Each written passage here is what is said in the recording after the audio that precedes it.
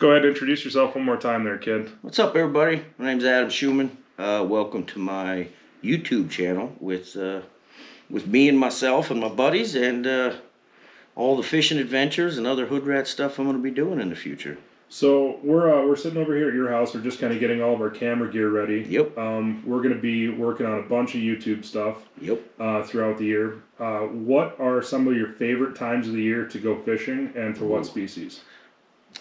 Any time of the year, as long as there's not ice. I gave up ice fishing when I almost cut my fingers off. So I boycotted ice fishing. I didn't go once this year. But there is still some spots you can go open water fishing. So, but my all-time absolute favorite has to be the spring, from now until like mid-June. What makes springtime fishing so much fun for you? Ooh, the girls are fat.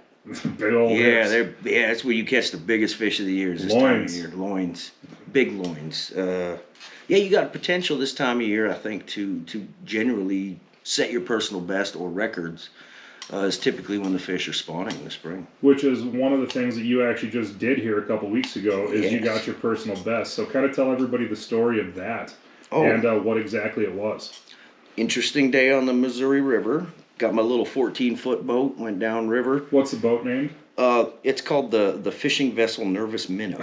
It's little, and you get pretty nervous when you're sitting in it, especially in the mighty Missouri. Fell out of it last year, actually. First time in 40 years I've fallen out of a boat. So I went down river to a hole, and I was fishing, caught a couple fish, and I moved, and then somebody must have seen me catch fish. They moved in, they were catching fish. I waited them out, they finally left. I shifted back over to where I was at, first cast, picked up the slack, and there was a fish on it. I didn't even feel the hit. Set the hook, and I'm like, oh man, I'm snagged on bottom, and then it just whop, whop. My drag was all messed up. It was a brand new reel I just bought. I was so pissed. Damn near broke the line. I got 6-pound braid with 6-pound mono leader on, and I fought this fish for probably 20 minutes. I didn't know what it was.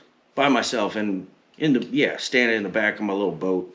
And you're in heavy current, so it's hard to net and get a fish up to the boat, especially turned out to be my biggest walleye ever. It was 31.5 inches long by 19.25 inches around and weighed 13.5 pounds. That was, you were pretty excited that night. Yes. I called you right after you got done, and you were about as excited Spirit fingers, yeah, for sure. Explain to people, when you're fishing this time of the year on the Missouri River, for those who aren't used to fishing rivers, when you're talking about holes, how do you find them? Is it just most of them are just, you look for seams in the current. A lot of times the surface will tell you where the holes, if there's something down there like a big rock or a stump or a tree. But most of them I've known. I've fished that river since I was holding up the piece rate. like 4 years old probably. So there's just known areas that you go to, and if there's not fish there, you move to the next one, the next one, the next one. What's your favorite way to catch them? Oh, jig and rubber. Yeah. Just jigging. Ripping lips. Ripping lips. Yep. Yeah. They always eat the jig. Bass, walleye, doesn't matter. They eat the jig. Yeah. When you went down to the Amazon, what was your favorite part of your Amazon trip? Tell everybody kind of a little bit about that trip. Ooh, the Amazon, the favorite part. That peacock bass. Topwater? Anyway, it didn't matter. The topwater bite was great. They're like smallmouth bass, but in bigger schools. You catch one. I was reeling one fish in that was really big, and all the other fish were trying to get the hook out of it, like bite the bait out of its mouth. Well, they ended up doing that, and I ended up catching a very small fish. And we're like, what the heck happened? That's just the best part of it. It's when you find a spot where you're just plugging a fish on every cast, and you're taking turns with your buddy. One guy waits, and when you're reeling your fish in, he puts his in, and it's just hand over fist. Sure. Yeah. What was, out of all the target species that you went down there after, were there any of the ones that you didn't get? Arapaima. Yeah. Anybody else on the trip get one? Yeah. There was one that was like 340, 350 estimated weight.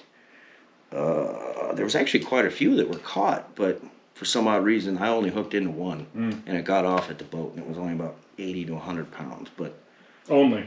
Oh well, when you look at some of these that they're holding, they're 9 feet long, and there's 4 guys standing behind them heaving out of the water. It's just what an incredible fish. So one day I'd like to go back. So tell everybody about the road trip you got coming up that you're going to document and start putting up on the YouTube channel.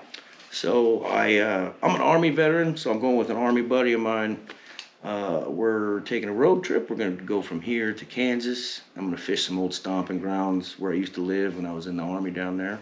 Milford Lake, do some blue cat, flatheads, white bass, wipers, walleyes. Actually, my second biggest walleye came out of the lake, almost 13 pounds, 12.7 or something like that.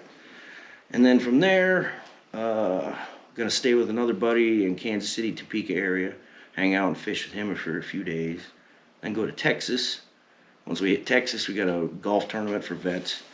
And from there, we're gonna bounce down south near Houston, Lake Livingston area, and we're gonna do alligator gar fishing, me and my brother and like 3 other guys. So it's just this road trip of fishing all the way through the heart of America. So it's just gonna be us road tripping, telling Army stories, fishing, lots of hood rat stuff. Other than fishing, one of the things that I know you best is loving to do is spot and stock bow hunting. Not very good at it. No, but it's fun though, and you do it a lot. And you've shot some nice deer with bow, anyways.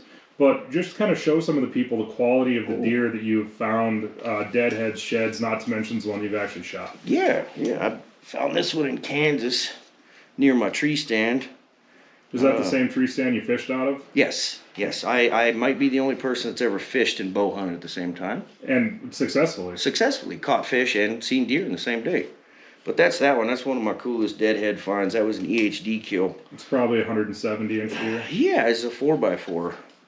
And then I got some pretty cool mule deer sheds that I find. I chased this buck for 2 years, and I found him in a cave opening day one year, and I snuck within about, well, probably from me to the camera away, and then the wind switched and he bounced. And then a poacher shot him last year, 2 years ago.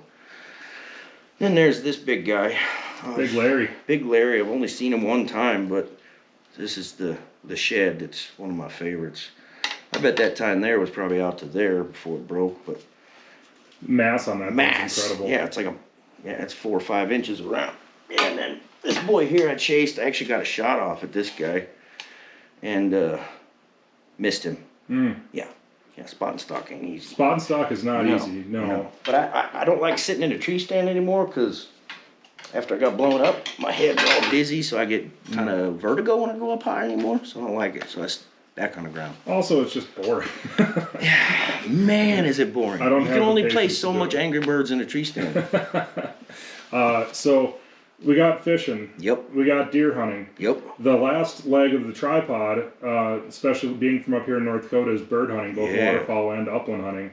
And so we're going to be doing a trip north to Alaska. Alaska, yep. What are you looking forward to the most about that trip? I've never been to Alaska. It's one of the last, 3 states. I haven't been to Hawaii, Alaska, or Arizona. Those are the only 3 states I haven't been in. Cross 2 of them off the list this year. Yeah, I'm going to get 2 of them crossed off. I like, what I'm looking forward to most, I think, is just seeing it for myself. Pictures don't do certain things justice. Yeah, the grandeur of a place like that. And of course the bird hunting and mostly the fishing. Yeah.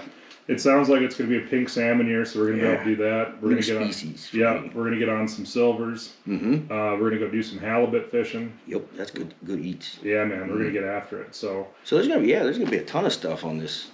So tell everybody on what is your YouTube channel is just under your name. Yeah, just under my name, Adam Schumann. Instagram? A damn Schumann. That's it. Damn Schumann. A_DAMN_Schumann with 2 N's. So I'm going to post this on my YouTube page, and you can post this on your YouTube page. This is an introduction to you, and this is going to be freaking fun. Yes. I'm excited. We've been playing with camera gear all day. Because in the future, I'm going to be recording for him while he's doing a lot of wing shooting up here in North Dakota. It's just. And I'm going to be recording for you when you're ripping lips, because I can't catch a fish if he's good at bird hunting. I'm good at fishing. That's just how it works. There you go. So we've a symbiotic relationship has been formed. It works well. Yes. All right.